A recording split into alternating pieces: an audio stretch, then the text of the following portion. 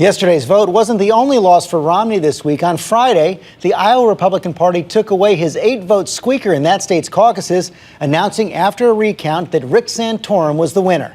And we begin this morning with that candidate, Rick Santorum. He's down in South Carolina this morning. Thanks for coming out this morning, Senator. Third place in South Carolina, not a win at all.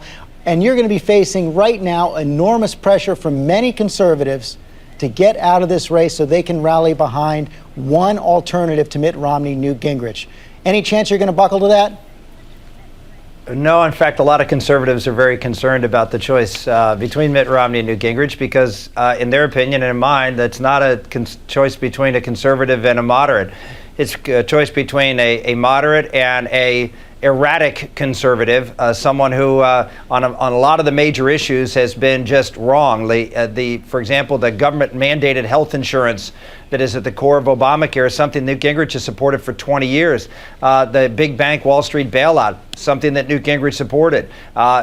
Sitting on the couch with Nancy Pelosi during a very critical time when we were trying to fight off the cap and trade bill, immigration and a path to citizenship. I mean, these are core issues of the Republican base where Newt Gingrich is absolutely wrong, and by the way, Mitt Romney is wrong. And really, the race is a three-person race, and there's one strong, consistent conservative in this race. There's one candidate that can rally the Republican base. One candidate you don't have to worry about what he's going to say or do. He's going to, criticize Paul Ryan's plan as right-wing social engineering. His campaign staff's going to leave him, en masse.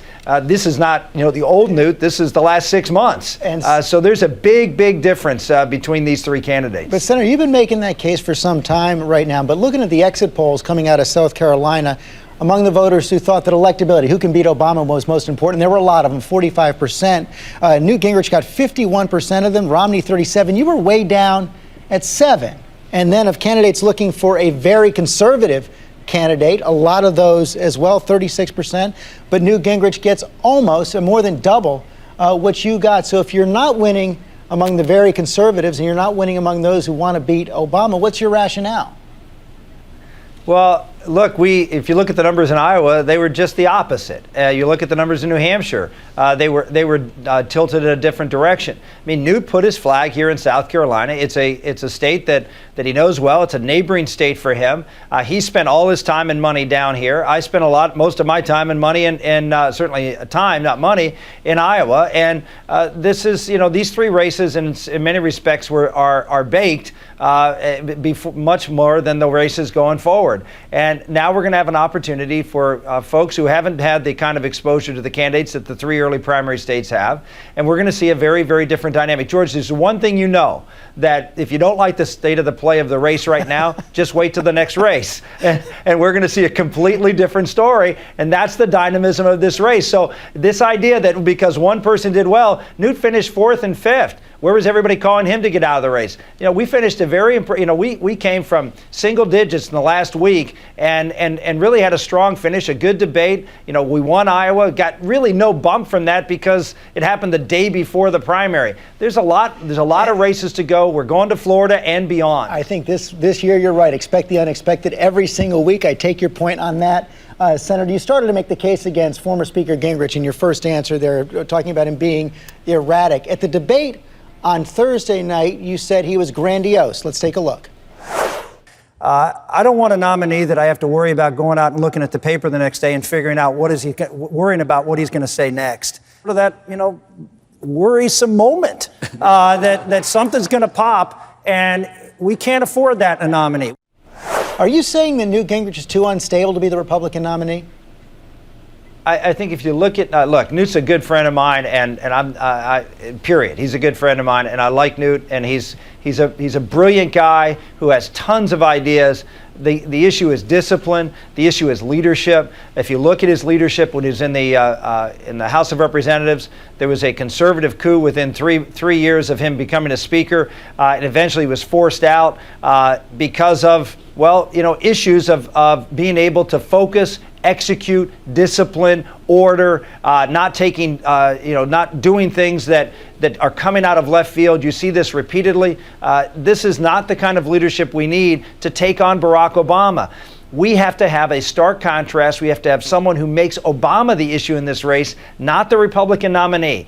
If the Republican nominee is someone that the Obama can drop $1 billion on ads on top of and make him the issue, then we're going to be in tough shape to be able to win this election. So you like Newt, but you don't think he can be trusted with the nomination or trusted with the White House? Yeah, I think he's a very high risk candidate. I've said that from the very beginning.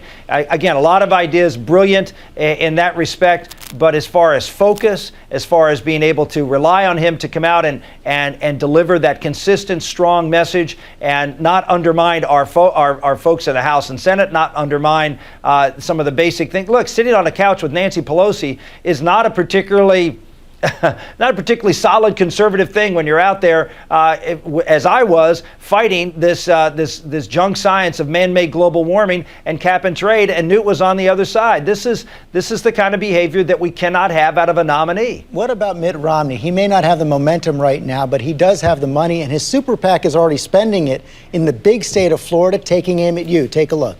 Barack Obama knows 4 facts about Rick Santorum that you don't. Santorum pushed for billions in wasteful pork, voting for the Bridge to Nowhere, a teapot museum, even an indoor rainforest. Santorum voted to raise the debt limit 5 times, increasing spending and debt by $3 trillion.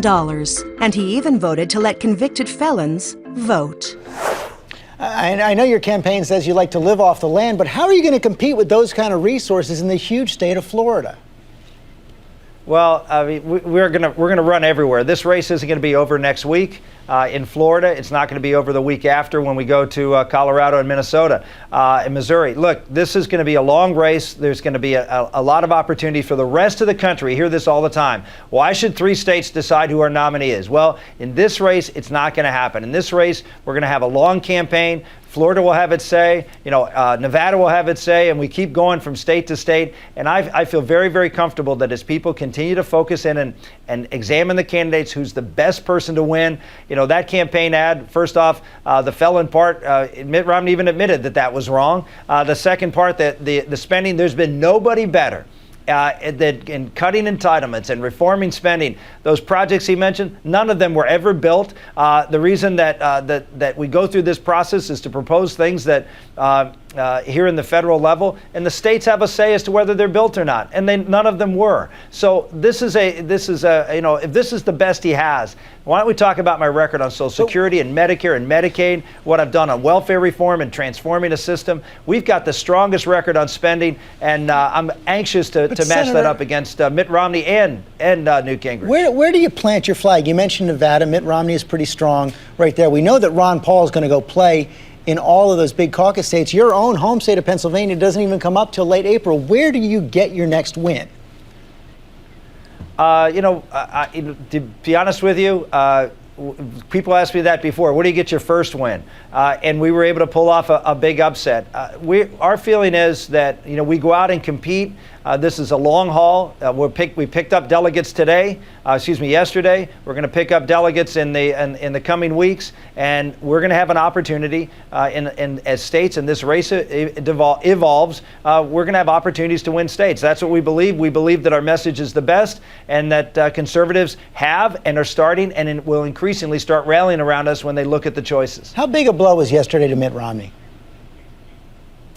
Oh, huge. I mean, 4 days ago, George, he was 2-0, about to become 3-0, and this nomination in the minds of the media anyway was over.